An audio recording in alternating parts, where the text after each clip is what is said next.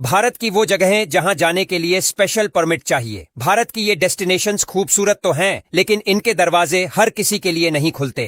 Number 7, नथुला पास, सिक्किम। भारत और चीन की सीमा पर बसा ये हाई अल्टीट्यूड पास आम ट्रैवलर की पहुंच से बाहर है। सिक्किम के इस दर्रे तक जाने के लिए आपको सिक्किम सरकार से स्पेशल परमिट लेना होता है। ये परमिट भी हर किसी को नहीं मिलता। परमिट में आपकी पहचान, जर्नी की तारीख और लिमिटेड टाइम पीरियड साफ लिखा जाता है। हफ्ते में बस कुछ ही दिन यहाँ जाने की परमिशन मिलती है। ऊंचाई पर बर्फ से ढकी सड़कें और सामने दिखती चीन की सीमा, ये सफर आपको रोमांच और थ्रिल से भर देता है। Number 6, Namdapha national park, Arunachal Pradesh. ये सिर्फ जंगल नहीं है, ये एक रहस्यमयी दुनिया है। हाथी, बाघ, क्लाउडेड लेपर्ड और दुर्लभ पक्षियों से भरे इस पार्क में एंट्री के लिए दो परमिट लगते हैं। एक अरुणाचल का इंटरनल लाइन परमिट और दूसरा नेशनल पार्क का टूरिस्ट परमिशन। ये परमिट आसानी से नहीं मिलते। हर टूरिस्ट को वाइल्ड लाइफ विभाग की परमिशन लेनी पड़ती है। यहाँ घूमना किसी एडवेंचर फिल्म की शूटिंग जैसा लगता है, जहाँ रोमांच हर कदम पर है। नंबर 5, सिक्किम का इंटरनल लाइन परमिट। सिक्किम की वादियां जितनी सुंदर हैं, वहां का परमिट सिस्टम उतना ही सख्त है। यहाँ पहुंचने से पहले ILP यानी इंटरनल लाइन परमिट लेना मैंडेटरी है।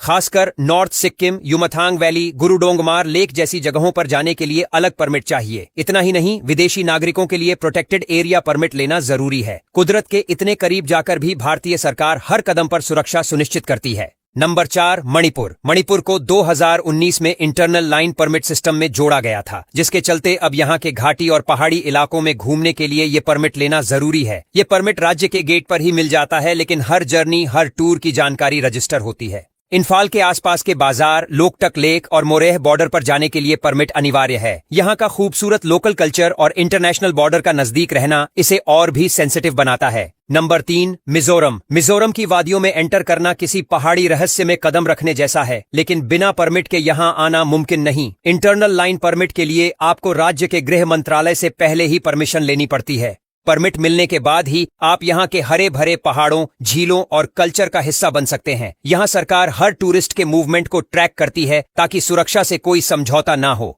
नंबर 2, नागालैंड। नागालैंड के खूबसूरत गांव, हॉर्नबिल फेस्टिवल और तंग पहाड़ी रास्ते टूरिस्ट को अट्रैक्ट करते हैं, लेकिन यहाँ जाने के लिए भी इंटरनल लाइन परमिट जरूरी है। बिना परमिट के आप इस राज्य में एंटर नहीं कर सकते। नागालैंड के कई बॉर्डर एरिया सेंसिटिव जोन में आते हैं, इसलिए हर विजिटर की पूरी डिटेल रिकॉर्ड होती है। ये सिस्टम यहाँ की शांत फिजाओं और लोगों के कल्चर को प्रोटेक्ट करता है। नंबर 1, अरुणाचल प्रदेश। अरुणाचल भारत का सबसे पूर्वी राज्य है, लेकिन वहां तक पहुंचने के लिए सबसे पहले ILP लेना पड़ता है। असल में यहाँ की सीमाएं चीन, भूटान और म्यांमार से सटी हुई हैं। यही वजह है कि सुरक्षा सबसे पहली प्रायोरिटी है। तवांग मोनास्ट्री, सेला पास और जीरो वैली जैसी बेहतरीन जगहों पर जाने से पहले आपकी हर जानकारी अधिकारियों के पास होनी जरूरी है। यहाँ हर कदम पर सेना की मौजूदगी और सीमा सुरक्षा का एहसास होता है। अरुणाचल की खूबसूरती जितनी अट्रैक्टिव है, उसके अंदर जाने के नियम उतने ही सख्त हैं।